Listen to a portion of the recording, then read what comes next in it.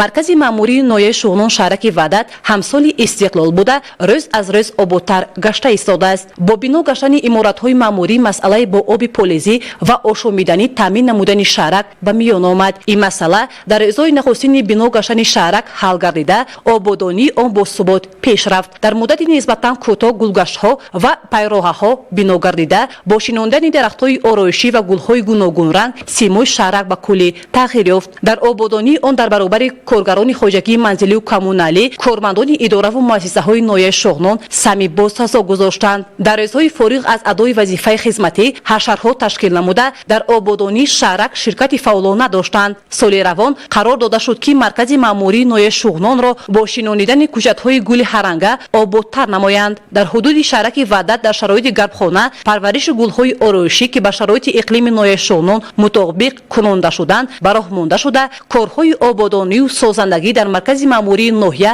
бо маром идома ёфта истодааст.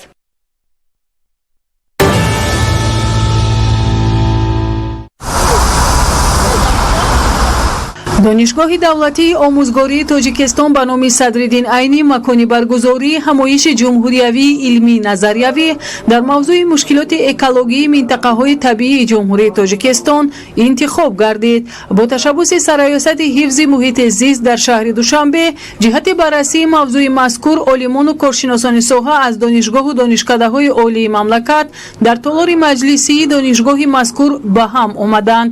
Ба андешаи иштирокчиёни ҳамоиш маҳз талошҳои инсоният баҳри қонеъ гардонидани талаботи худ сабаби асосии тағйирёбии иқлим гардидааст ва мутаассифона чунин раванд бо суръат идома дорад.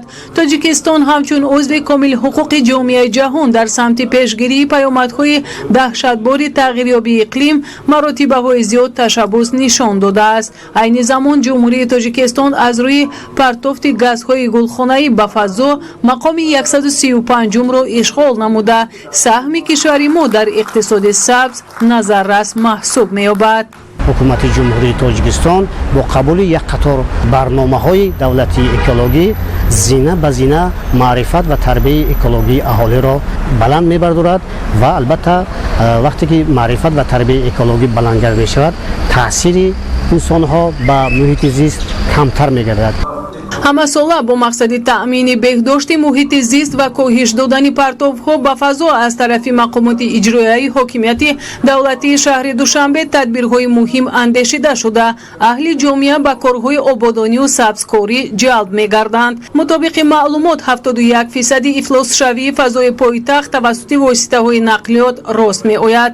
аз ин хотир бо дастури роҳбарияти шаҳри Душанбе соли 2021 ба пойтахт 104 троллейбуси замонавӣ ворид карда шуд ки дар коҳиш додани ифлосшавии ҳавои шаҳр мусоидат менамоянд. дар ин баробар ҳар ҳафта аз тарафи корхонаву идора ва ташкилоту муассисаҳо бо ҷалби кормандон ҳашарҳои дастаҷамъона доир гардида гулу дарахтони ҳамеша сабзу ороишӣ шинонида мешавад ки ин амал дар сабзу хуррамгардонии пойтахт мусоидат менамояд.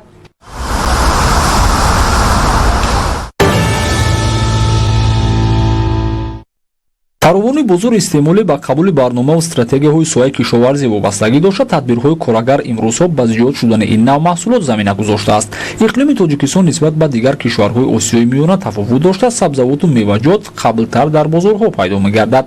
ба роҳ мондани гармхонаҳо имкон додааст ки як қисмати маҳсулот қаблтар ба бозорҳо ворид гардад. кишоварзони ҷумҳурии новобаста дар шароити гармхона парвариш намудани маҳсулот ба сифат алалхусус тамён аҳамияти ҷиддӣ медиҳанд. мувофиқи маълумоти агентии содироти назди ҳукумати ҷумҳурӣ се моҳаи аввали соли равон аз кишвар ба маблағи беш аз $10 миллион Иёлоти Муттаҳидаи Амрико маҳсулот ба хориҷи кишвар содирот шудааст ки дар қиёс ба ҳамин давраи соли гузашта беш аз $7 миллион ё 3.4 маротиба беш мебошад. аз ҷумла нисбат ба ҳамин давраи соли рафта меваҳои хушк, сабзӣ, ангур, карам, чормағзи заминӣ, лимӯ, хурмо ва чормағз аз рӯи ҳаҷм зиёд интиқол ёфтанд. барои ҳифзи маҳсулот аз талафёбӣ дар ҳамаи фаслҳои сол дар шаҳру навоҳии ҷумҳурӣ 394 яхдон сардхонаю анборхона бо гунҷоиши қариб 300 000 тонна маҳсулот шароит фароҳам оварда шудааст.